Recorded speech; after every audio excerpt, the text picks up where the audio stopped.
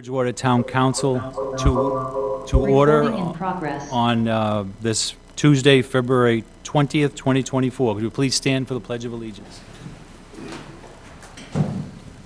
Pledge allegiance. To the flag of the United States of America and to the republic for which it stands, one nation, under God, indivisible, with liberty and justice for all.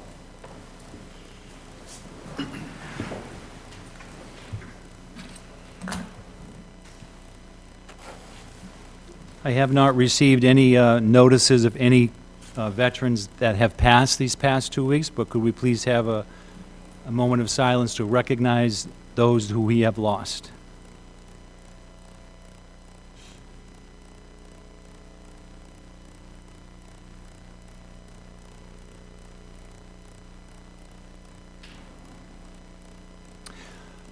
Thank you. Just to remind everybody that tonight's meeting is being aired live and is being recorded.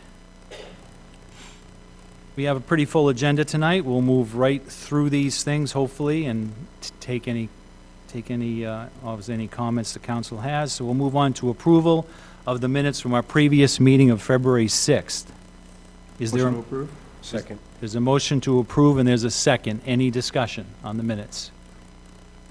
We do not need to do we do not need to do roll call, right? Because we do. Do not, right.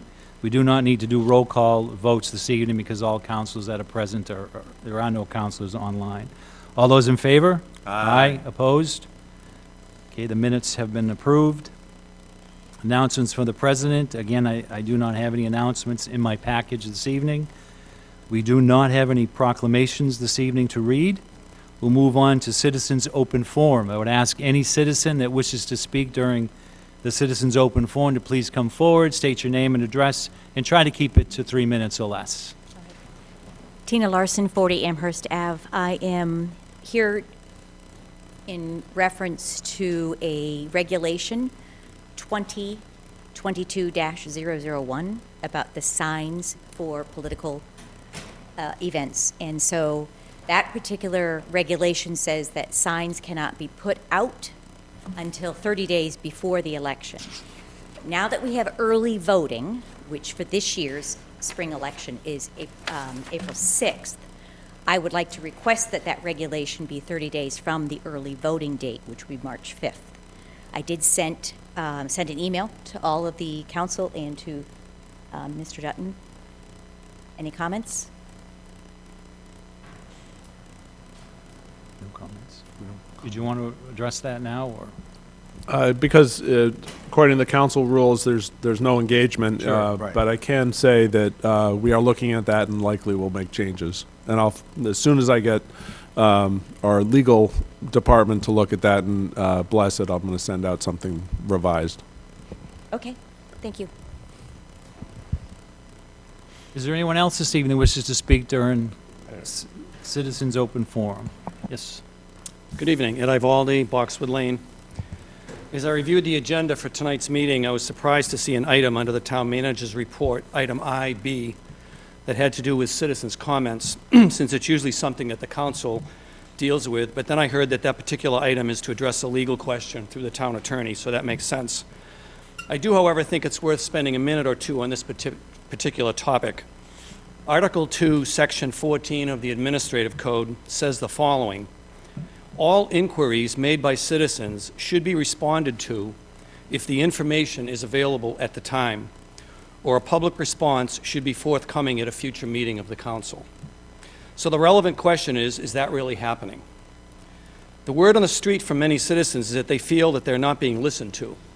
They ask questions during citizens' comments, either directed at the council or the town manager, and rarely receive a follow-up. The reaction by some people is they say that we should go back to open town meetings so that people can have a direct dialogue with elected officials. From my perspective, this is not the solution, since open town meeting had its own set of issues, many of which have been improved upon by the council manager form that we are currently under now. So how are we going to ensure that going forward that citizens who speak during public comments feel that they're being listened to? I have a suggestion. Years ago, when Tim Fitzgibbon was council president, He adopted a policy that helped with this issue. Citizens' questions that required follow-up were logged by the then council clerk, Ann Homburg. They were then assigned to individual councilors or the town manager for a direct response back to the citizen. Not sure why this process stopped being followed, but it was effective during the time that it was being used. I recommend reinstituting this process, but taking it a step further by adding a new council agenda item called citizen feedback, where follow-up responses would be delivered publicly at each council meeting. So any questions, for example, tonight that would be addressed to the council, at the next meeting, there would be a response back to the citizens. I also suggest adding some additional steps to better structure the public comment period, which will let the public know that you really care. These might include announcing the policy at the beginning of each meeting, so people know they won't be getting answers to their questions or comments during that public comment period, or providing a handout on the policy, including an invitation to submit comments in written form. I'm sure you'll all agree that we need to foster an environment where citizens feel their voices are being heard. Citizens need to know that when they speak, their elected officials representing them are listening intently and take an active interest in what is being said. At the same time, we do need to remember, however, that local government meetings like this one are held in public, but they're not meetings of the public. So achieving the right balance is critical to ensuring the future success of our local government. I look forward to your consideration of my suggestions. Thank you. Is there anybody else that wishes to speak during citizens' open forum? Yes, ma'am. Hello, my name is Jean G. Batista, 260 Lakeside Drive. And first of all, I just want to say I appreciate all the work that you guys are doing. I took a look at your agenda for tonight, and it's quite full. So I appreciate everything that is being done. I wanted to speak briefly on the possibility of setting up an environmental subcommittee at the town council level. According to mass.gov, which includes the Massachusetts Climate Change Report, and I think all of us have also seen this winter some of the events that have happened, and that's Massachusetts-wide.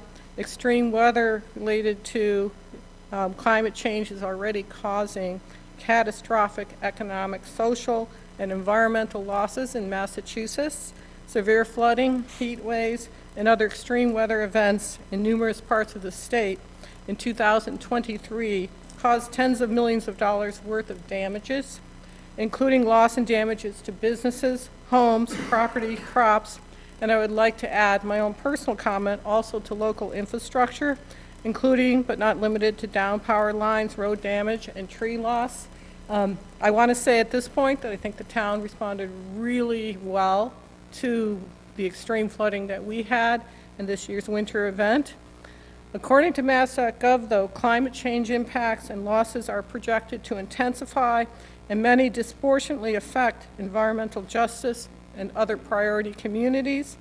Inland flooding due to climate change is expected to cause $9.3 million in statewide damage annually by 2030, and by 2050, annual damages could total $64 million per year just in our state. Recording in progress. In 2050, Massachusetts can also expect 23 to 29 high heat days per year. Keep in mind that 2030 is not too far away.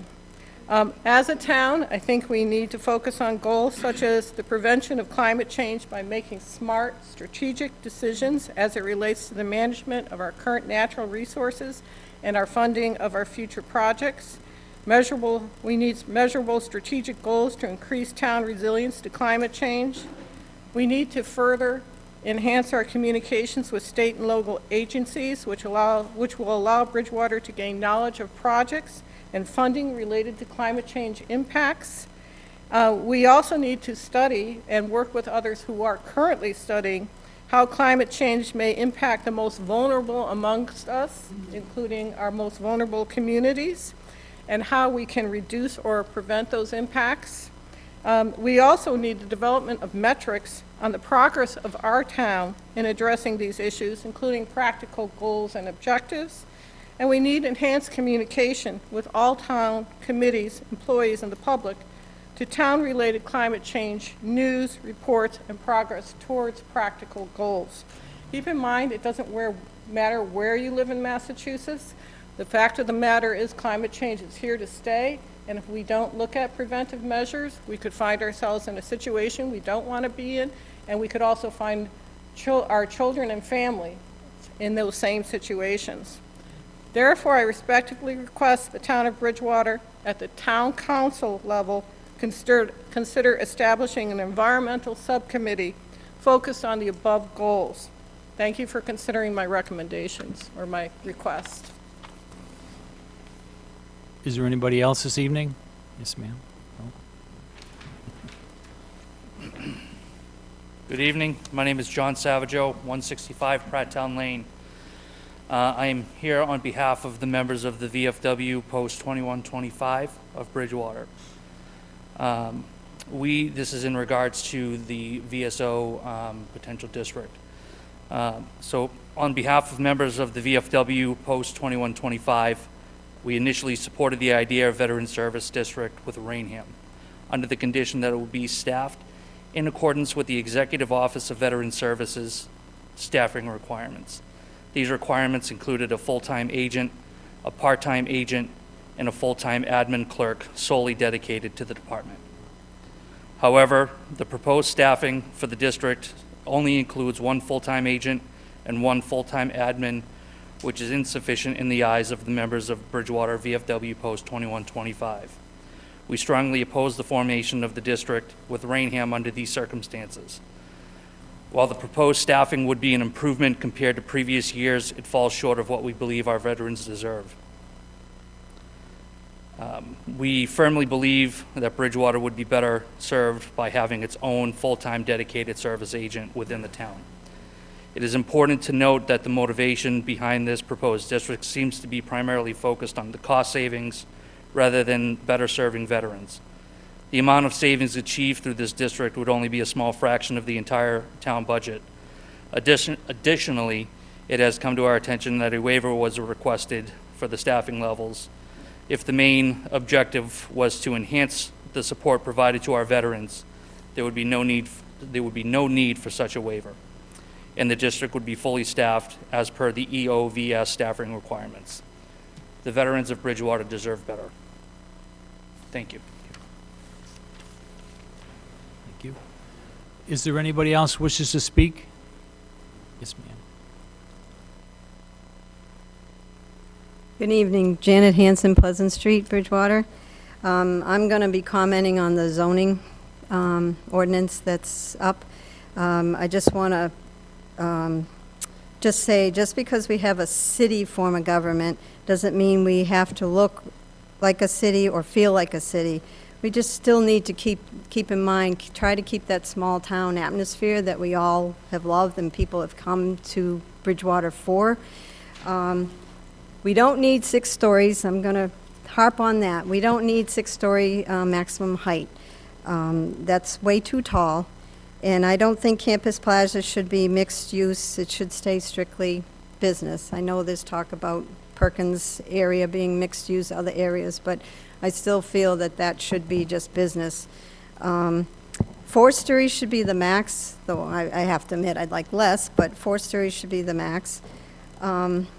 And I know people said that they don't have to build it 6 stories high, but if you put it in there, they're gonna wanna build it. Somebody will wanna build a 6-story. I think that's too high for that area.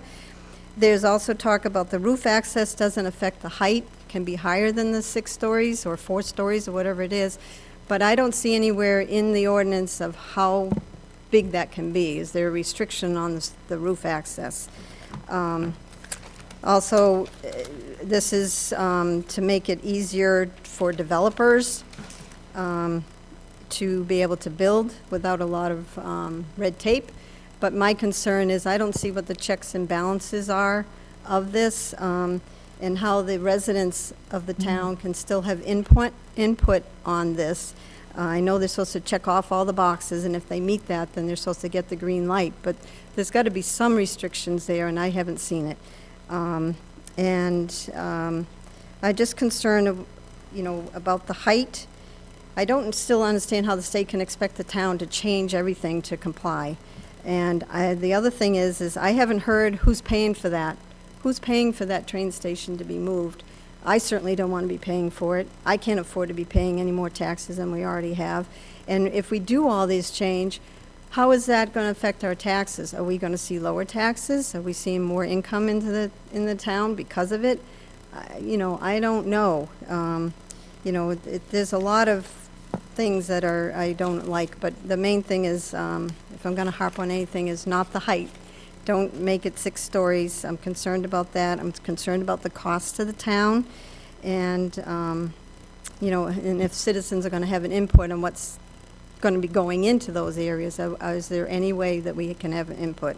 And on the school budget, they should not get an increase until they show how an increase will increase the productivity of a student, or increase, I don't know the word I want, but they need to show that giving more money is going to give better results. And please don't let them take away music and art. So those are my concerns. Thank you. Thank you. Is there anybody else who wishes to speak during the Citizens Open Forum this evening? Anybody else? Seeing none, we will move on to appointments, where we do not have any appointments tonight. Under F, hearings. If I could refer to the town manager on this one. This is listed under hearings, but it's not a hearing. Should be under legislation for action. Should I request a motion to go to legislation for action and put that under, or should I just take it up now? I think you can request a motion and go from there. Okay. So I entertain a motion that we go to item L, legislation for action, but include the zoning ordinance as the first item on that, and then we'll continue with the other legislative for action. I'll make that motion. Is there a second? Second. Any discussion? All those in favor? Aye. Aye. Opposed? Okay, so we are going to go to legislative for action, and we will go to A, proposed zoning amendment ordinance FY 24-004, Central Business District and Form-Based Code.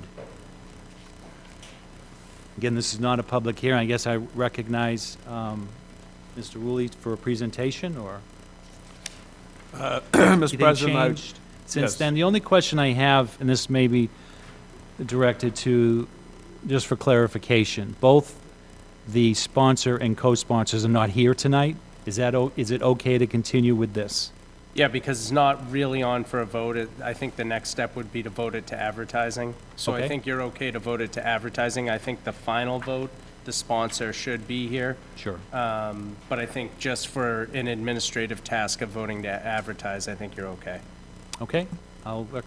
Is there a presentation tonight, or are we just voting to go to advertising? Yeah, you're voting to advertise it. We've consolidated all of the comments that we received from the planning board, from the CD committee, as well as our consultant has reviewed this to make sure we're in compliance with the MBTA communities legislation. Okay. If we had sent you the marked up red line, we would have run out of red ink in terms of all the changes that we've made. So the document that you got in your packet is the final document that incorporates those changes that we're allowed to include as part of the MBTA communities legislation compliance. Okay.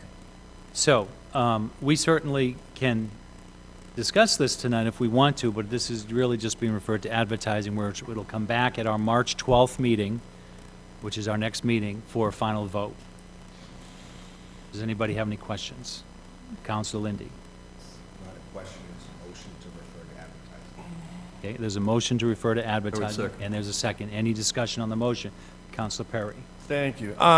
If we could, just maybe a few quick, brief summaries of some of the changes that were made, if Mr. Rulli could comment, that came from the committees, just to highlight the major changes that might be. Yeah, I don't think there was included. major changes. I think there was clarification in terms of there are 2 districts within the Central Business District, CBDS, which is the Central Square area, CBDR, which is that area which includes Campus Plaza, Perkins, where we anticipate development. Clarification of that, we delineate within the document what can be built in those various areas by distinguishing what frontage zones are. We've added that map to the document. We've added a map which shows the districts, and we've added the checklist as part of the document. The other significant change was that initially we had called for a technical review committee. It was determined that any committee had to be made up of town residents, and that was not going to happen in terms of the technical review. So we've now referred to it as compliance review. The checklist is comprehensive. I guess the best example would be no different than if the building official was to issue a building permit. And if all of the checklist items had been completed, he then would issue the building permit. The zoning ordinance is written in such a way that it's very tight in terms of if you're looking for that compliance review, all the boxes, appropriate boxes need to be checked. If a developer or property owner did not want to follow the form-based code, they still have the opportunity to go with the normal approval. Thank you. Anybody else have any questions? This is being referred to advertising tonight for a final vote on March 12th. So we have a motion and we have a second. All those in favor say aye. Aye. Opposed? So this has been referred to advertising. Thank you. We'll continue with legislation for action. Order FY 24-018, establish of town manager goals. This was sent to the strategic planning, and they voted 2-0 to recommend, which they did at their February 12th meeting. Anybody want to comment on that? Councilor Perry. I could. So yeah, with that committee I was a part of, we basically went through, let's get the paperwork here, it's toward the end. Some updating of town manager's goals for the upcoming fiscal year. I think we had a majority of what was discussed and that already kind of put in front of us. We just made a few updates and changes, just having to do more with downtown revitalization and what else did we talk about there?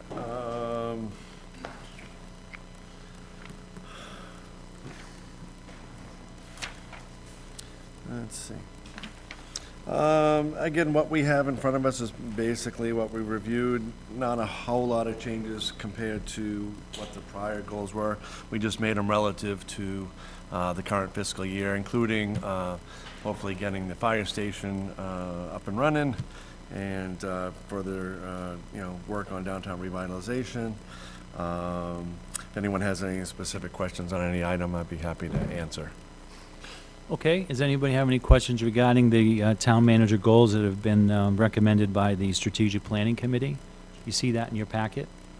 Oh, Councilor Lindy? Not a question specifically on this, but the email that we got had it open through the 28th, unless I'm mistaken. I think that was the review.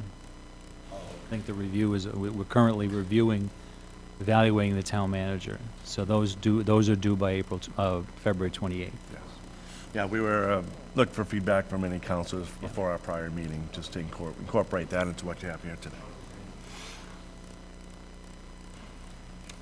So this is on our agenda for action. So we're going to take a vote to establish the town manager goals based on what's submitted in this packet. Motion for approval? There's a motion to approve and there's a second. Any further discussion? Seeing none, all those in favor? Aye. Aye. Opposed? Here you go, Mike, you got busy stuff to do here. Next item, order FY 24-025, the acceptance of the energy aggregation plan. This measure was not referred to any committee. 14 days have passed, therefore, this may be finally considered this evening. And you have that in your package. We've talked about this. It was introduced a few months ago. Did you want to comment, Mr. I Dutton? would only comment to the extent that this is a standard plan which goes to the Department of Public Utilities for approval, And the Department of Public, just so everybody is aware, Department of Public Utilities can take up to 3 years in the 2-year range right now for approval of aggregation plans. The plan itself does not dictate exactly what electric rates will be for consumers and residents, but is just merely the framework which we use to get through a procurement process to achieve the best rates that we can. So it's fairly standard aggregation plan, and as I say, once it's approved by the council, it goes to the Department of Public Utilities for approval. Okay, and any other questions? I'll entertain a motion to accept. Second. There's a motion, there's a second. Any further discussion? Seeing none, all those in favor? Aye. Opposed? We have adopted an energy aggregation plan. Next item, order FY 24026, the acceptance of non-recurring revenue, which will be sent to the capital account. The Budget and Finance Committee met tonight, and we voted 2-0 to recommend this to the council, and the Finance Committee voted 6-0 to recommend this at their February 12th meeting. And again, that's in your packet as well. It's at $263,404.55 for prison mitigation monies as the state earmarks for Bridgewater as a host community. And that'll go into our capital operating budget. I'll entertain a motion to approve, accept moved. it. Second. There's a motion, there's a second. Any discussion? Seeing none, all those in favor? Aye. Aye, opposed? Okay, put that in capital. And the last item is petition petition 2024015, the 2024 presidential primary warrant, which you have in your packet, and I actually have a sheet here. Once we approve it, everybody needs to sign it. On March 5th is a presidential primary here in the town of Bridgewater and throughout the Commonwealth of Massachusetts, and which is what we do normally. We vote for all warrants that go before the citizens for a vote. Motion to approve. There's a motion and there's a second to approve the warrant. Any discussion on the warrant? Seeing none, all those in favor? Aye. Opposed? So that'll go around, everybody needs to sign it, and then we'll hand it back to our council clerk. That ends legislation for action. We will now go back to item G, licensed transactions, which we have none. Presentations, we have none, and we'll go to the town manager's report. Item A is Vernon Street well update. Thank you, Mr. President. Vernon Street wells, as the council knows, there are wells that do exist off of Vernon Street that were drilled and tested a little over 10 years ago for future water supply. The commissioning of the new well or wells and a treatment facility to treat approximately 500,000 gallons per day from those Vernon Street sources is tentatively included in Phase 2 of our comprehensive water strategy. And that Phase 2 would be in the time period, the 4-year period between 2026 and 2030 is where that tentatively lies. We are in the process of permitting with Mass DEP. We are in the early stages of design and engineering, and eventually we'll be in the early stages of design for the new treatment plant. The projected cost in 2024 dollars would be just shy of $39 million for that additional capacity and that additional treatment plant. So not an insignificant expense, but honestly, obviously we would be looking for state revolving funds to do that, as well as an offset from some state grant funding. And right now, we're continuing to work with the engineering firm to get our proposed work plan approved and permitted, flow tests completed, and the water in the test wells retested to confirm the testing that was done about 10 years ago. So that is where we stand on the Vernon Street wells, but happy to answer any questions. Any questions to the town manager on the Vernon Street well update? Seeing none, thank you. We'll move on to item B, commenting during public comments update. Do you have any comments? Agreed that it's a slightly awkward agenda item, but what we are trying to do is make sure that all of our boards and committees are streamlining their work and making decisions that will withstand legal challenges. So when you sit in my seat, that's, you know, a good chunk of your day is spent making sure that whatever is decided by citizen boards can withstand a challenge. And this includes the process by which committees make decisions. And honestly, this means being a little more diligent about following the process in the volunteer handbook, also following the processes laid out in Robert's Rules, which we follow a modified version of for all of our meeting protocols, including the council. How public comment should work and what we're moving towards is multifold. So public comment period is open to anyone wishing to make a comment. Public comment periods are not required, but we encourage our committees to put one on their agendas. There are two by council rules. There are two on your agenda, one at the beginning of the meeting, one at the end of the meeting. If there is a public hearing on the agenda, that is specifically for public comment on that particular hearing item, that particular project or that particular hearing item. So commenting on the project during a different time period, during a public comment period is really not appropriate. And I think that's a hard thing conceptually to understand. But from a protection, in order to protect the town from any of those legal challenges, it really, we're trying to force public comment or comments on a particular project from the public into that public hearing time period. If the hearing has been closed, using a public comment period to comment on a project that's under deliberation is also inappropriate and could also provide grounds for a legal challenge. That's why public hearings really are very, very important.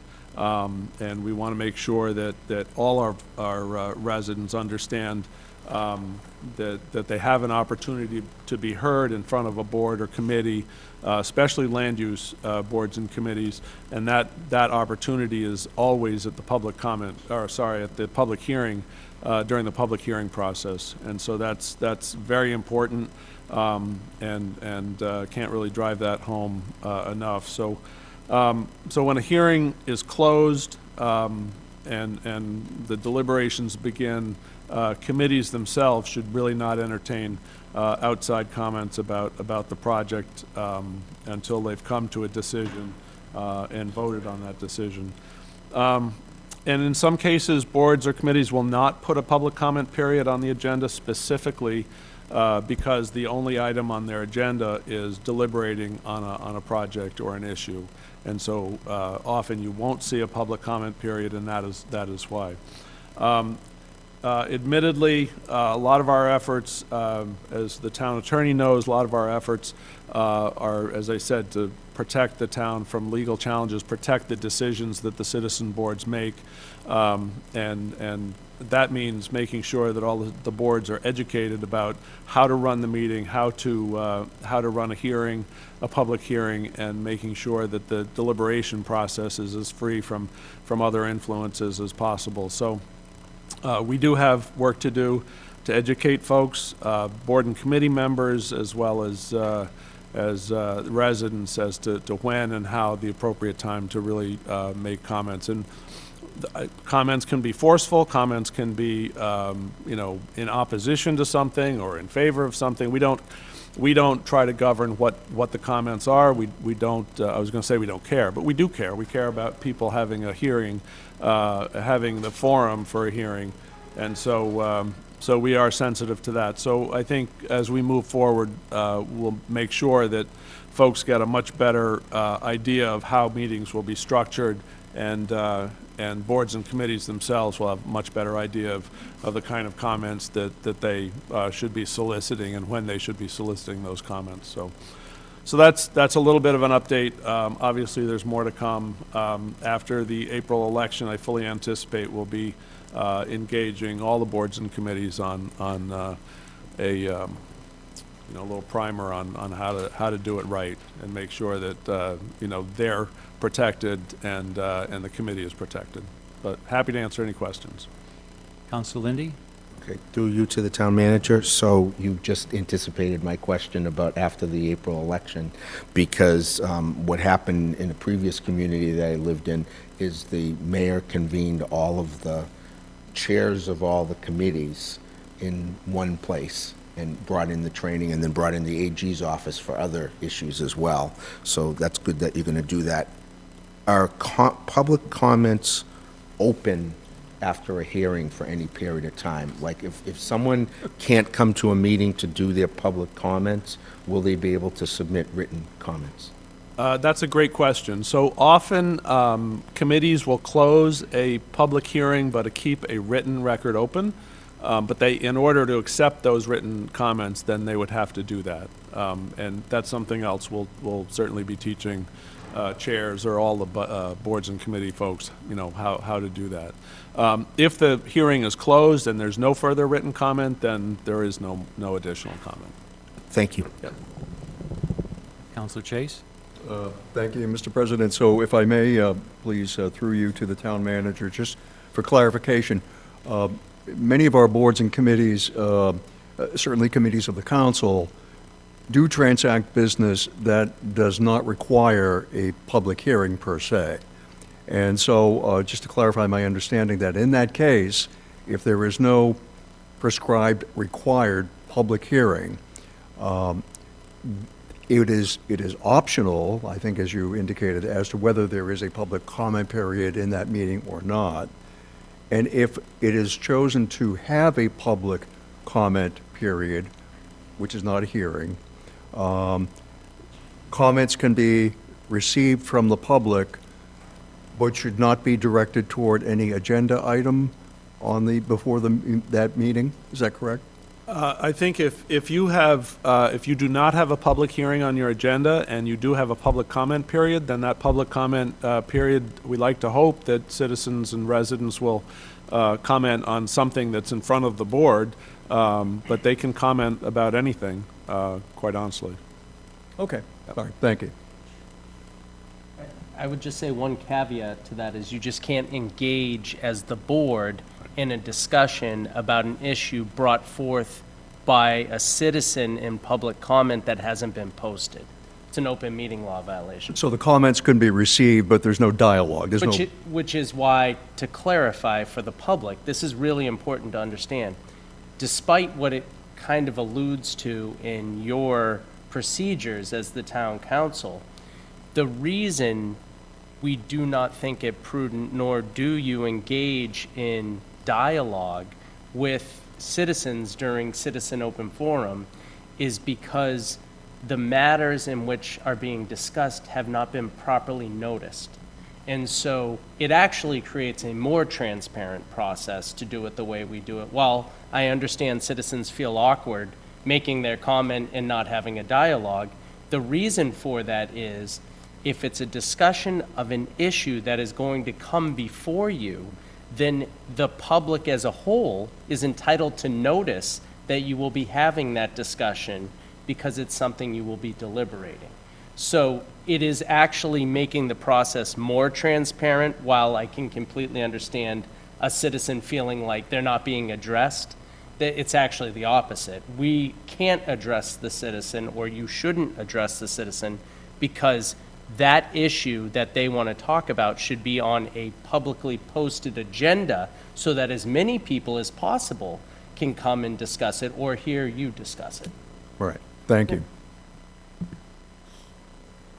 Anybody else? I just wanted to chime in a little bit on this. I think it's important that perhaps going forward, obviously, I would like to always keep this on the agenda for the public to come in and let them, tell us what their concerns are.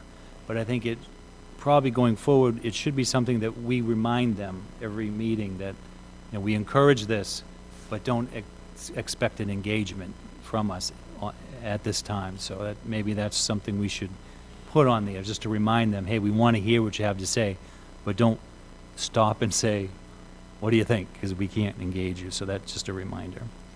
But thank you. Okay, next item, we have Legion Field update. So this will be the shortest report. Damage has been repaired, and just as by way of explanation, we were awaiting the insurance company's review and assessment of the damage that was done. I think it was a telephone pole or a tree on the fence. It's all fixed, as far as I'm told, and we have gotten insurance, an insurance payment to offset the cost of repair. So that's as short as I could make it. Got a quick comment. Councilor McKinnon. It was good to see that week after it got taken care of, but it's great for the kids, Legion Field, but is there a reason why we don't do any events there? We have that gazebo, the 4th of July is town funded, I mean, citizens funded. Why don't we use Legion Field? We use it, 4th of July, and I think, you know, if somebody wanted to do a community event there, they're welcome to. There's an application process.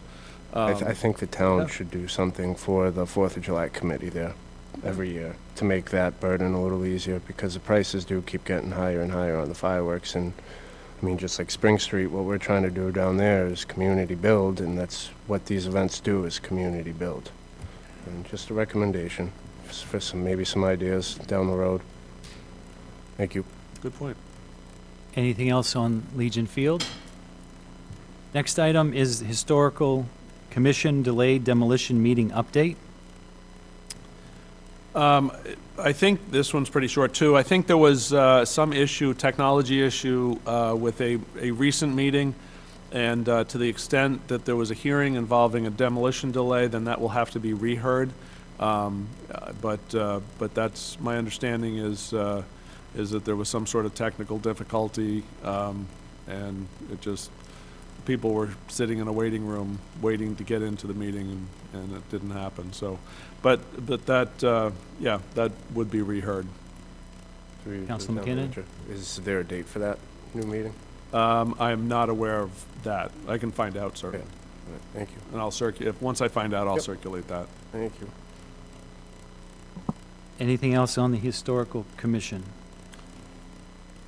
Okay, that ends the town Dennis. manager's report.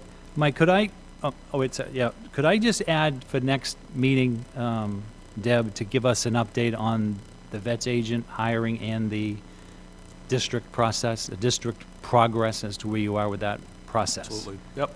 And Councilor McKinnon? And I'd just like to ask for the whole fiscal year last year, the money for municipal parking or whatever the parking is behind the fire station. I want to know what we made, if it's even worth keeping paid parking, if we should use it for... Yep, I can give you a report on FY '24's, Yep.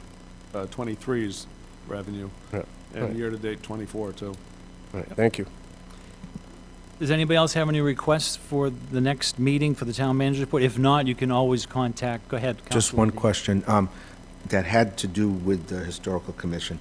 What kind of support, I'm trying to find out what kind of support that the different boards and commissions have for technical capability. Okay, I know some of them have a town-assigned person like Josh, like the school building committee, but I don't think that committee does, and maybe that might solve issues, I don't know.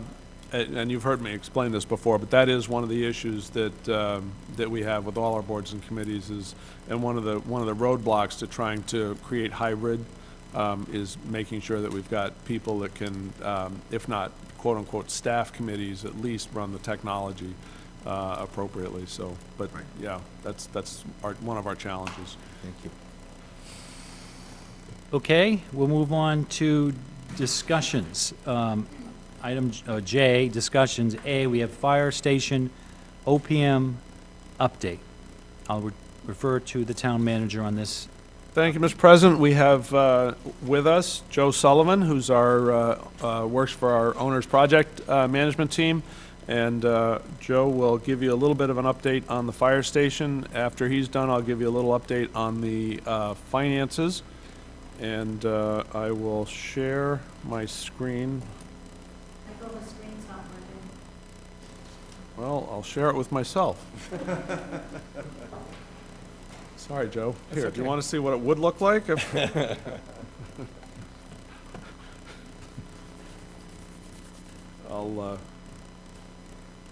So I shouldn't even bother sharing it, Deb? Okay. I'll give you a Apologies. verbal update. How's that sound? I'm Joe Sullivan. I'm with CHA. We're your owner's project manager. A few months ago, I came in front of the councilors just to give an update of where we were prior to going out to bid, and we were hopeful that we were going to get successful bids and be able to provide a building that Bridgewater will be proud of. I can tell you today we did receive successful bids. M. O'Connor out of Roxbury will be doing the construction for the new fire station. We're currently working with M. O'Connor, finalizing contract, and I've set in place currently, for those who haven't seen it. Yeah, because it's attached to a cord. I'm not Oh, going to take okay. it up to them. So, the rendering of the building, it's going to be a building Bridgewater's going to be proud of for the next 50 years. You know, I grew up in Rainham, attended Bridgewater Rainham, and, you know, seeing the station and how deplorable it is based on, you know, what they do and what they do for the town. I am so excited to see this building eventually get done and occupied for your firefighters and your emergency responders. A few things that we're going to be working with, just having the training facility within, a training room within that facility to allow the guys to train on site. A lot of towns host training and they get to train their men for free, where they would normally send those individuals out to other towns to be trained. It's just going to be a win-win overall for the town of Bridgewater. The other part of it is that I've already contacted all of the abutters. We're going to be having a abutters meeting tomorrow night, and I'm big on transparency. I want to make sure that everybody's aware of the steps, the schedule, the sequence, and the construction that'll occur. You know, with everything, there's always going to be a little bit of disruption, but at the end of the day, the final outcome is going to be something the whole town will be proud of. We'll be providing contact information for those butters, as well as the numbers for us to reach out at any time if there's any concerns as we move through that process. Financially, you're not going to be able to put anything up to show, I dig it. That's true. You'll have to listen to me talk about Okay. financials. Do you have any questions at all? Does anybody have any questions, Mr. Sullivan? Mr. Carey? Just a quick question then. So when do we anticipate possibly starting to clear some land and see some action? Magic question. So, I know currently it takes about probably 25 to 30 days to get a contract in place. I'm hopeful and excited to see them mobilize sometime in March. We are going to have to do a little bit of wetland delineation and reconfiguration. The neighbor next door has graciously allowed us access onto the site without having to cross the wetlands, just to get the mobilization going. So we're hopeful, you know, third week to end of March. Sounds good. Thank you. Anyone else? Mr. Chase? Thank you, Mr. President. I just wonder, Mr. Dutton, could you arrange to circulate to the council members the financials so that we could view those in our leisure? Absolutely. I'll share what short PowerPoint as well as the spreadsheet with the financials. Thank you. Any other questions for Mr. Sullivan? Thank you for the update. You're welcome. Looking and forward we're to it. excited. It's been a long time coming. Yeah, you bet. Thank you. Thank you. Can I say one comment? Oh, I'm sorry, Mr. Just from, McKinney? no, for you, Joe, for Dutton. Mike, maybe, I don't know who does town Facebook, but maybe put all that on there too, since the residents couldn't see that today. Absolutely. All right, thank you. Absolutely. Get it up momentarily. Is there more with this, or are we moving on to? I'll give you the very condensed version of the financials. So Joe mentioned the project. I think I had reported to you at a previous meeting that we were short by several $1 million. And what we've done is allocate a certain amount of money to Station 2. We told taxpayers that we would do Station 2 and the new station when they voted the appropriation in the bond authorization. So what we have done is included Station 2. We have let me just get to it. We have a total appropriation of $23 million. We have an outstanding unfunded balance of $4.9 million. We have applied for county ARPA funding for that $4.9 million shortfall, and I'm fairly confident that we will get that funding through the county, and that will give us the ability to complete improvements to Station 2 and also complete the brand-new station as the voters had expected. So that is in the works, and as I say, I will circulate this momentarily to all the councilors, just so you see it and have it. Council Perry? Yeah, and to the town manager, and again, this 4.9 million came from unexpected increase in soft costs, I believe. Actually, it came from increase in hard costs, in more hard construction costs, costs. okay. The soft costs have been fairly consistent throughout the project. This, as Joe sort of alluded to, came just as a result of the rapid escalation of building costs between early 2020 and today. So we actually, and I may have mentioned this at a prior meeting, we're actually pleased that the low bid came in from a very good quality general contractor, and also very pleased that it came in under the most recent cost estimate. It clearly did not come in under our appropriation, which was based on a cost estimate that was done back in late 2019. So you can see, if nothing else, this project shows you the rapid escalation of building costs that have occurred over the last couple of years. So, yeah, so that's. Thank you very much. Any other questions? One question I have, Mike, the park, the money that's been earmarked for the park behind it, that will probably be completed once the fire station is completed? So Correct. That won't interfere with, so it won't interfere with the construction, or? No, that'll be addressed after the station is built and as part of the final work on the project. That particular piece is actually funded separately. Sure. So that's good. That's a good thing. In the design intent that we did for that fire station also included the allowance of the access. We covers that. Thank you. Anything else on that? We'll move on to B, National Grid Storm Update. Is it Joseph Cardinal is here to talk about that?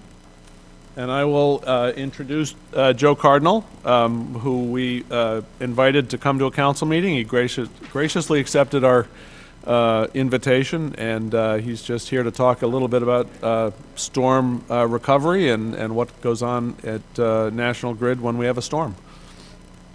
Thank you, Michael. Good evening, council members. Thank you for inviting me here tonight. As Michael mentioned, my name is Joe Cardinal. I'm a community and customer manager for National Grid, and I also am the communication lead for the South Shore during storm events. I thought for tonight I would give you a little background info on how we handle storm events on the South Shore and then open it up for questions. To start, we basically do what everyone else does. We rely on the weather reports to determine our storm response. We also have our own weather service that keeps us updated on the ever-changing weather forecasts. Once we know, once we know there is a storm coming, typically 2 to 3 days out before the storm, we activate our internal incident command system. And now everyone internally has a job or responsibility that typically takes them away from their regular job until the storm is over and all customers are restored. Once the incident commander, who is the VP of operations, is comfortable with an incident type for the storm, it is announced and notifications begin going out to cities and towns. And that notification is critical for preparing for the possibility of outages.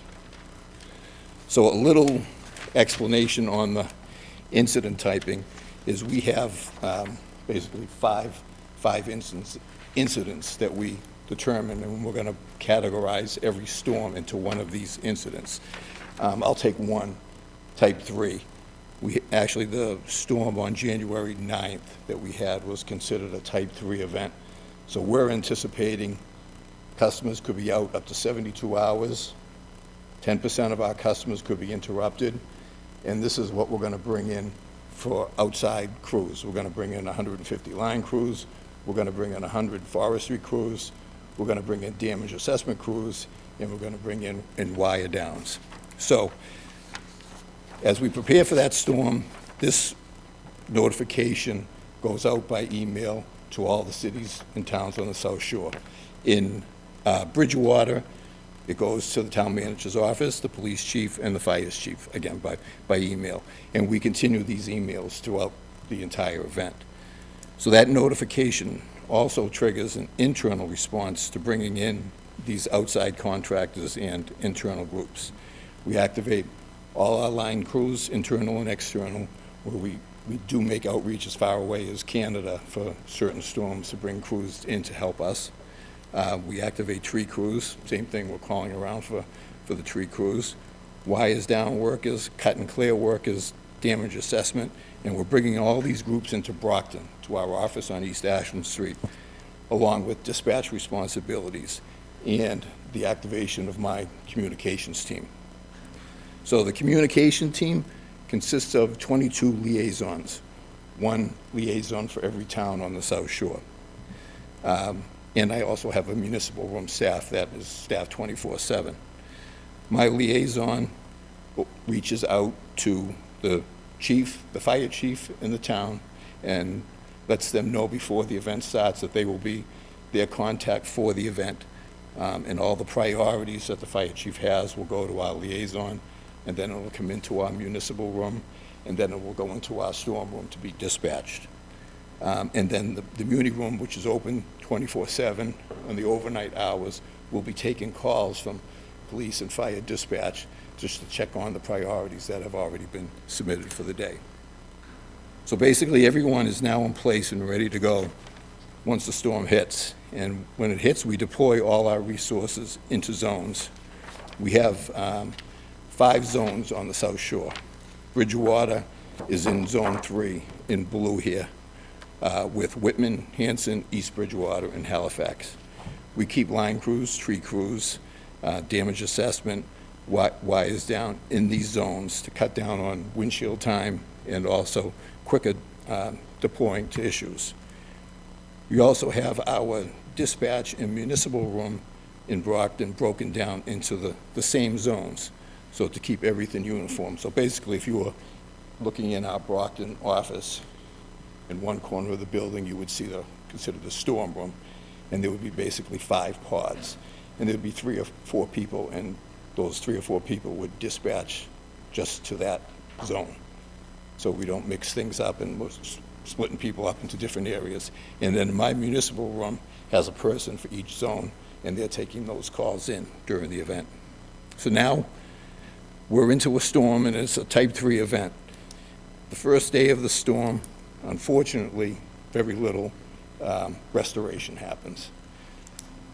Bucket trucks are not supposed to be up flying above 35 miles an hour. The buckets are just not safe to have a person in them up at 40 feet in the air above 35 miles an hour. So very little restoration happens on that first day. So what we do, and working along with the fire chiefs, it's considered a public safety day. We're getting a list of priorities from your fire chief for where the priorities are. Where are the wires down? Where is the police and fire apparatus standing by? Where are the roads blocked? So we get out and try to cover all of those things so we can release your apparatus so that you can bring it back for what you need it for. A lot of times we won't. Obviously, we can't re-energize, and there might be a wire still hanging there, so we'll leave a wire down person on that wire until we can get a crew out there. We're trying to make everything safe as quickly as possible while we have that first day, basically, while we're doing very little restoration. So once that is complete, and we get another set of priorities from cities and towns and from the fire chief, it's basically his restoration priorities. And now we begin that phase of the storm response, and that continues until everyone is restored. Also, during these multiple day events, not only is my liaison in constant contact with the fire chief, but we will also hold daily calls with the fire chiefs, with the director of my group and with the director of operations. And basically, we're going over the big picture of the damage. Do we have transmission issues? Do we have substation issues? Do we have multiple feeders out? So we're giving them the big picture with our VP, our Director of Operations, so that they know what we're looking at out there in the field.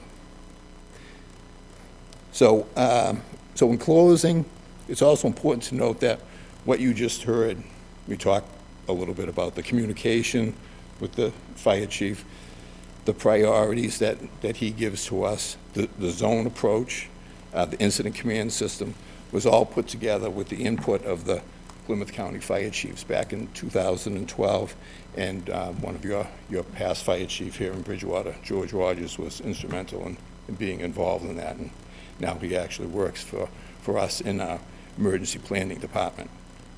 But as always, we're constantly looking for ways to improve and always welcome input. So thanks for letting me do my presentation, and now I'll open it up to questions. Councilor Lindy? Thank you for coming here. I asked for you to come here, so I appreciate it. Is there any way we could get what you outlined in presentation form Sure. to us? Yeah. The maps and everything? Yep. So my question is more, does the city and town have to initiate being in touch with you if there's a problem? And then what happens if, like, I noticed that the library had power on one side of the street, and the town hall, I don't know if we had power, but I know everybody went home earlier that day. So if you don't have power and you're sending out emails, should I be assuming that there's generators or other things that are maintaining, and how is Bridgewater broken up? Are there quadrants within the town where there are certain areas? I live on the East Bridgewater has a transmission substation off of Pleasant Street, down by the Home Depot. Yeah. So that transmission substation brings in high tension voltage, and that serves a lot of other substations on the South Shore. There's one distribution substation in Bridgewater, the Mill Street sub, that Mr. Dutton actually got a tour of when he was first hired here at Bridgewater. We brought him in there to take a look at that. And there are multiple feeders, that we call them, that come out of that substation that serve a good majority of Bridgewater. That sub also serves East Bridgewater, some of West Bridgewater, some of Halifax. Bridgewater is also served a little bit from a sub in East Bridgewater on Spring Street that's hidden in the woods. Okay. So there are a lot of different feeders that serve this area, and we've been very active in the last couple of years. We call it the FLIZR approach, and it's a FLIZR scheme. So if a feeder locks out, we can quickly re-energize the back end of the feeder with this FLIZR scheme. So that's why you might see up to a certain point power is restored, and in another area the power isn't restored, because that's obviously where the damage is. So that's... So it would be appropriate, like, I live on one side of 18. The other side of 18, near the water tower, there was a light that literally never went out during that 36-hour outage. I'm glad to hear that it was projected at 72, but it was at 36. But when you're in day 2, I'm just wondering, like, there's sections of Bridgewater specifically that would be energized before. Like, I lived in Brockton before, and the downtown area was the Central Fire District, and that was where the city hall was, the fire department was, the police station was, and that was always like priority 1.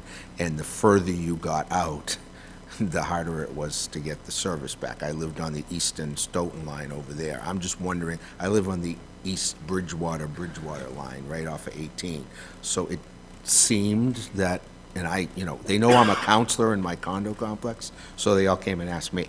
And I didn't know really what to tell them about the restoration. I understand the bucket trucks over 35 miles an hour. That makes total, complete sense to me.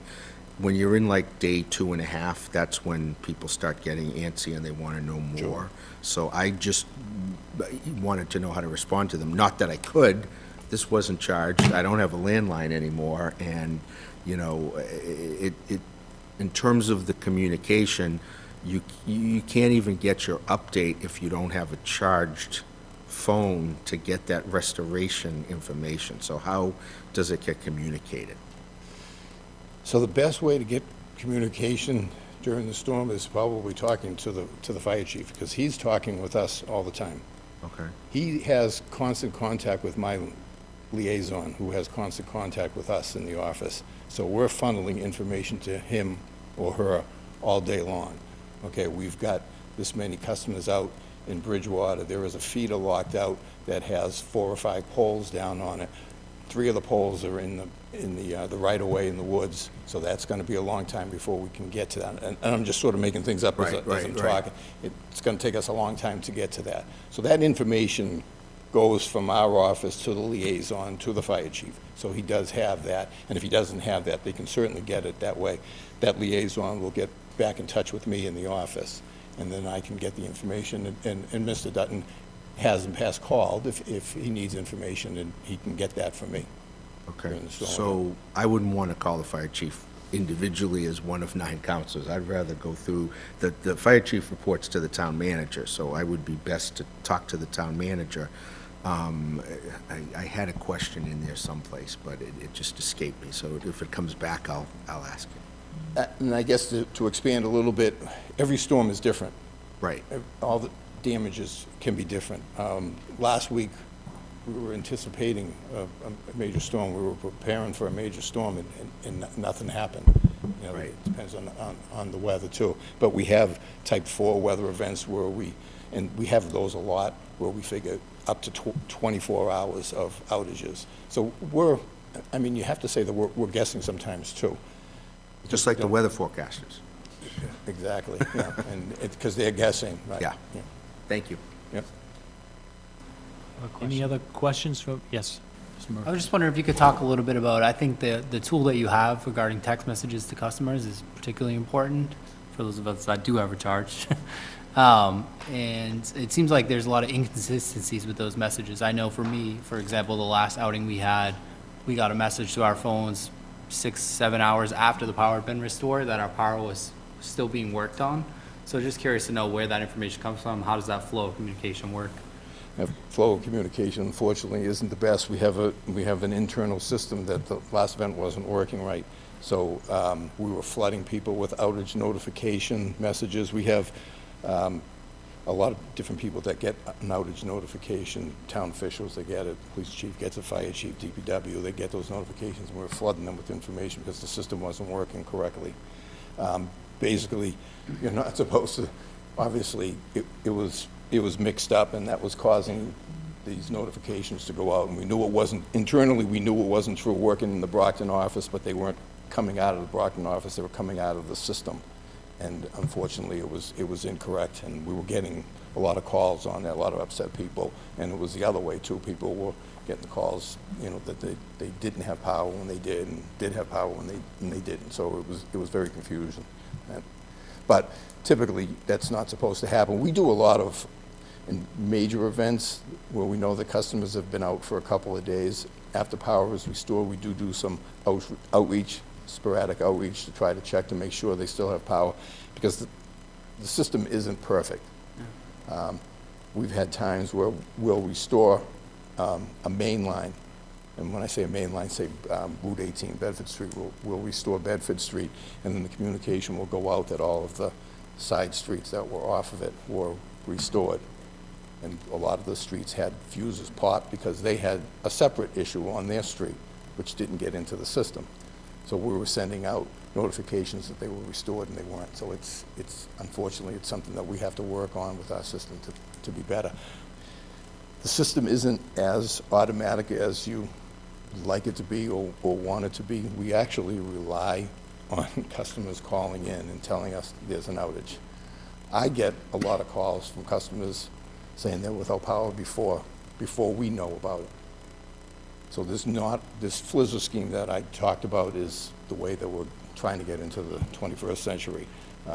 We're not fully there yet. So a lot of it is based on, if you have an outage, you call in. The neighborhood that I live in East Bridgewater, I can guarantee you, nobody calls in because they think that I know, and I don't. We want everybody to call in. If I'm at work, I don't even know. We want everybody to call in that has an outage, so that's how we can sort of drill down to where that outage is.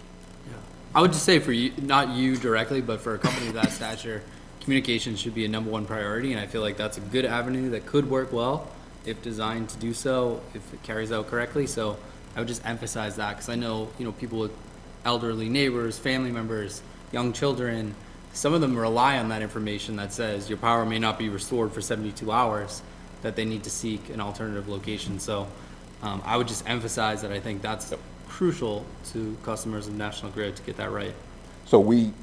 So before a storm, when we talk about the type 3, the type 4 event that we're getting out to the cities and towns, for any customer in the town that is on our critical list, if they have life-saving electrical equipment that they have in their house, they should be on our critical list. And they will get a phone call before a storm event letting them know that we're anticipating a type 3 weather event, and you really need to make preparations for the fact that you could be without power for up to 72 hours. So, and I recommend that to anybody that has any type of a family member that has an issue in their house, to call our customer service and get on that list. And there's just a number on the website that folks can call Yeah, the and get on customer that service list. line, yep. Do want to echo his comments on the communication, and I do want to bring up that last storm in January.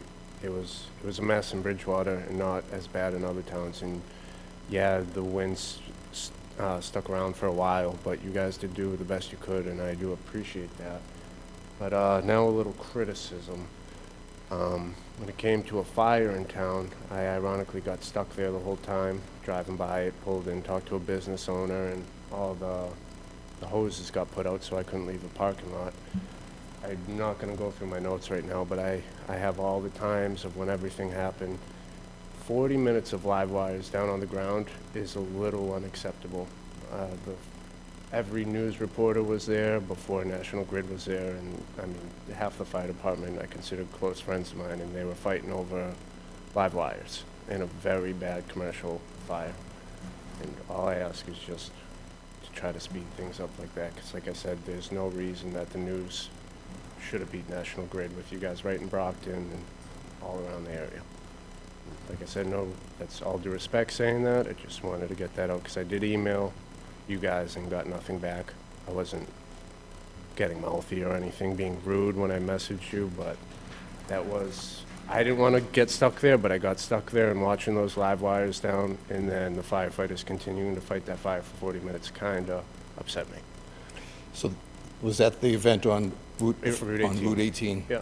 And I did talk to the chief on that. He did call me about that response, and the response time on that. So basically, when we get a call that a priority 1 is happening and a priority 1 would be a life-threatening event, the closest crew to that area stops what they're doing safely, puts whatever they're doing away, and then they head to that. Yeah. And like I said, I'm not trying to complain or sound like an ass, but that was just a little unacceptable to me. The only thing we wish we had was the red and blue lights. Yeah. We don't have those. Yeah, We no, have I the get yellow that. lights. We have to stop it all Yeah. and obey, all the traffic. Yeah, no, I lights get and it. stuff. It was early in the day, and like I said, I was just upset seeing the news reporters before I saw you guys with our first responders out there fighting, which was a pretty wild fire in a building that had acetylene tanks in it, supposedly an illegal paint shop, a whole bunch of stuff in there, which could have went a lot worse than it did. To where that wire was, they kind of stopped fighting that while you guys weren't there, so that's it for me. Thank you, though. I appreciate you coming in, boss. Thank you. Any other questions for Mr. Cardinal? Thank you for coming in. Appreciate your time. Thank you very much. Thank you. We'll move on to committee reports. Are there any committee that wants to give their report tonight?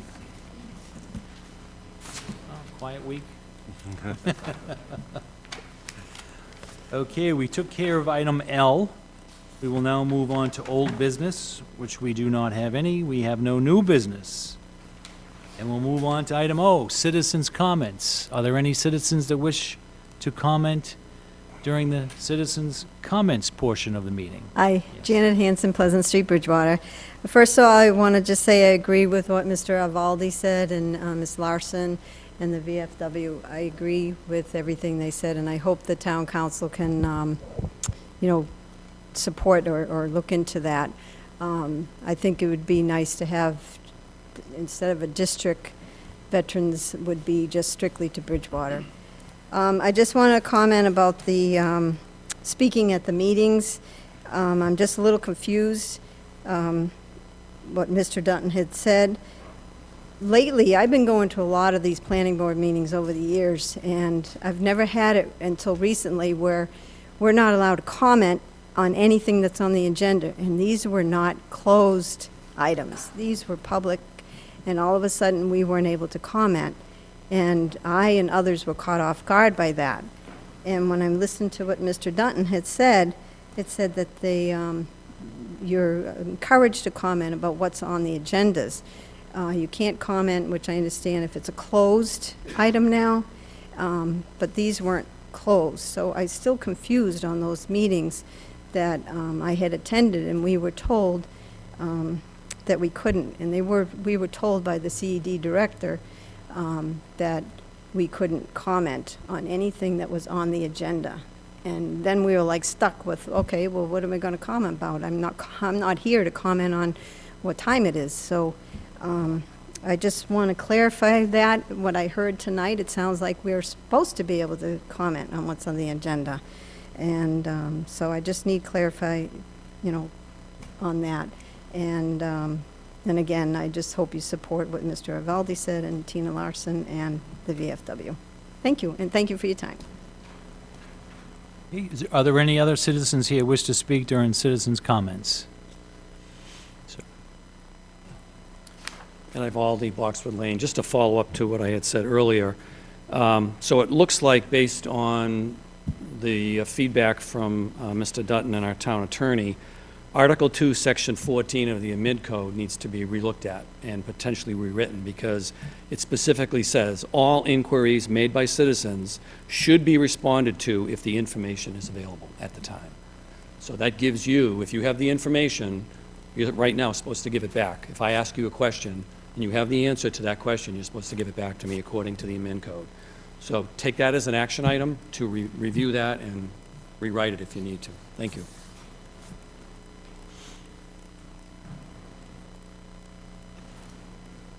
Carlton Hunt, Austin Street. I second what he just said about commenting, because I read it to you a month ago. And it's required by the admin code that if someone asks a question, you're required to answer it if you know the answer that night or at a future meeting. So please take it to heart and make the changes as necessary. Also, I just want to say, in terms of public comments, I really thank you guys for the conversation on that. To clarify, I personally was muted by a town employee during a public comment session. I reached out to the Attorney General's office. I never filed the open meeting violation because I chose to say maybe it'll go away. But since then, that individual has shut down other people during public comments. I'm going to ask the town manager to please train your employees about open meeting law and speaking and public comment. Please. It's way past due that the committees, boards, and commissions get the training he talked about tonight. I've been doing this for 20 years, and I haven't really had good training, but I've gone to a lot of trainings, so it's really important for you guys to enforce that promise. Secondly, the form-based code that was sent to advertising tonight, it's very clear that it's too long to go into a newspaper. The charter says it must go to a brochure at least 10 days before the final vote, or it needs to be put on the website in its full form. So I'm requesting for sure tonight that it be put up on that front page of the website where there's 3 boxes, important things are happening. It needs to be posted there so that people can look at the final form. And my last question on that particular one is there going to be a hearing at that next meeting, or are all the hearings done? You can answer it later if you want. Lastly, I want to thank my fellow veterans for speaking out. I agree with them. Thank you. Is there anyone else who wishes to speak? Yes, ma'am?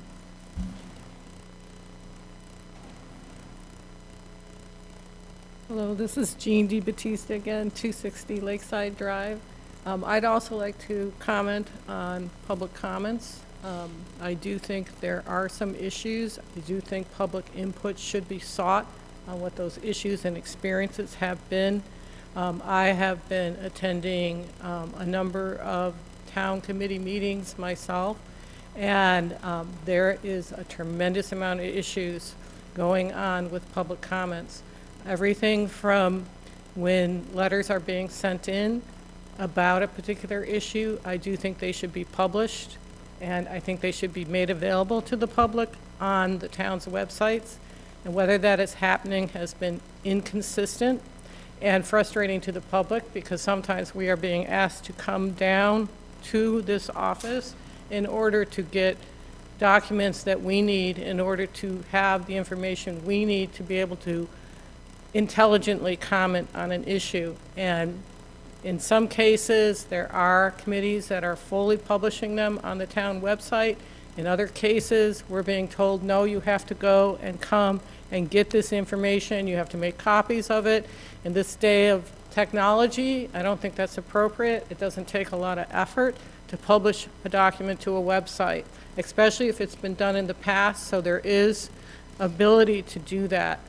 Secondly, I do feel, as a member of the public who sent in a number of letters on certain issues, and I know this is shared by other members of the public that I know, that sometimes these issues are not addressed, even if they've been sent in great detail, and we've asked for specific responses, we still do not get a response. So it feels as if the comment went into a black hole and nothing has happened. So I do think it is important for this group to seek public input on what's been going on in some of these meetings and some of the frustrations that the public has had when the public has gone through a great deal of time and effort to research an issue and then hasn't actually gotten a response. So thank you for listening, and that's it. Is there anybody else that wishes to speak during citizens' comments? Seeing none, we will move on to council comments. I'll start with Council Lindy. Oh, boy, I get to go first. Well, I just want to thank all the citizens that came tonight to speak up on all the different issues. I like to see people come to the meeting and comment, and I also think that we should get answers if we know the information, and it shouldn't go into a black hole. I just want to thank the council and the town manager for having the National Grid representative here to tell us a little bit more information. I don't think you spoke out of turn, Brad. That was a real, dangerous situation, and you witnessed it firsthand. I think we had a good meeting tonight. That's all I have. Councilor Chase. Thank you, Mr. President. I also would like to thank everyone in attendance, and particularly those persons who have corresponded with members of the council. I know that I have corresponded by email with, by now, a number of people. I want to say even 3 or 4 people in the past 2 days with respect to the matter of downtown revitalization. And I've enjoyed the dialogue. I think that some very thoughtful comments have been raised then, and certainly here once again this evening. I certainly hope that those of you in attendance tonight will consider returning to our next meeting on the subject. And I thank you for your input. And that's what I have to say. Councilor McKinnon. Yep, just want to echo what they said about the citizens coming in here. It does kind of keep us on our toes when there's more people in the room than maybe 2 at most. I also want to bring up the boys over in 225. I appreciate you guys coming on over here. I hope Mr. Dutton heard everything you said, because no matter left, center, or right, you are the guys that go out to war, you lose brothers, you do what a lot of people don't think about doing, and it's kind of disgusting, to be honest, how I've heard you guys have no representation for a while now. And from what Mike said to us, what was it, last meeting, we don't really have a say. It's all on him if we're a district or not, and I just really hope whatever we do it the right way for you guys, because you guys deserve it more than anyone else in this town. I mean, when I was 18, I wanted to serve, but I have stomach problems. 11 years later, I'm still dealing with them. I have an MRI tomorrow. Hopefully they figure out what's wrong, but that's going off track there. But I just want to thank you guys for your service and coming here, and I really hope the town can take care of you guys because you deserve it more than anyone in this whole community. Thank you. That's it for me. Councilor Murphy. Thank you. Yeah, thank you to everyone that came out this evening and spoke. I took great notes. I hope to follow up with each and every one of you. I especially wanted to thank the folks from the VFW that came by today and spoke. I know I met with you all personally, separately outside of this meeting. And Brad kind of stole my thunder there, but second everything that Brad said. I hope Mr. Dutton and those folks heard that message loud and clear. It's nice to see that the VFW has a strong stance on that, and so I support that and hope we can continue to support that as a town council through whatever means or avenues we can. And I hope we can continue to make those small efforts and changes to support those folks. So thank you for your service, and you have my support as well. Thank you. Councilor Perry. Thank you. Again, thank you all for coming out. Great comments, great feedback, as always. In just regards to, the feedback, I certainly encourage anyone who has particular questions that they're curious about getting answers to, send it to one of us, send it to all of us in form of a question via email. We can individually answer you. If we don't have the answer, we can get it. Again, based on certain rules and formats, we might not be able to answer it right away if we don't have the information at hand right away. But I don't think any one of us would hesitate to do that research and get you the answer that you need. So do not hesitate to reach out to any one of us via email.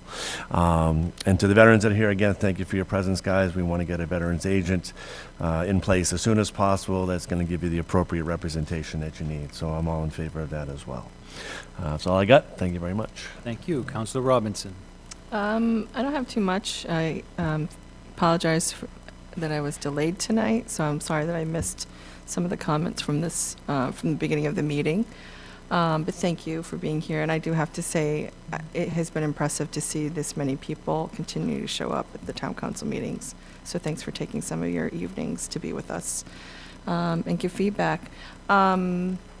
I am a little concerned about some of the confusion, and because I think I'm actually left more confused than I was walking into the meeting than I was about public comments. So it feels like this might be something that we should dig into as a council to make sure everyone is not confused. I also would like to follow up, and I'll take that separately with Mr. Dutton in terms of the question around, sorry, I'm losing my train of thought here. I've been up since 4:30. Around, as a co-sponsor of the form-based code ordinance in terms of the advertising, what's available to the public, where it's really showing up, just really wanting to understand the details so that we're really clear and making sure that we're giving the community a chance to have access to the full details so that they can be as informed as possible. So like I said, I'll take that as an action item to follow up on that. Thank you. Thank you. And just want to reiterate what everyone has said tonight is thanks everyone for showing up tonight and airing your concerns and asking your questions, and particularly the VFW post that came here tonight to address their concern. And again, that issue will be back on our agenda on March 12th. I hope at that point we're a little clearer on, have we hired a vets agent yet, and are we still going to move forward with the district? And what role do we have as a counselor? Are we supposed to support that district or not? What vote do we have? There's 3 of us are going to be off the council on April 23rd. I will be one of them, and I'm hoping that this issue is resolved, or at least we know where we're going by before April 23rd, but at least before I leave the council. And also, what was addressed earlier, I hope that the town manager does take a look at the campaign sign issue and whether people can post signs up prior to 30 days, or what kind of teeth there is in that enforcement. So again, thanks everyone for coming out. It's always appreciated by us, because sometimes we sit here and we look at nobody for a long time. But we appreciate a constructive conversation. That's what we like to have here. So again, I appreciate it. That ends tonight's meeting this evening. We do not have an executive session scheduled this evening, so I will entertain a motion to adjourn. So moved. Second. All those in favor? Aye. We are adjourned.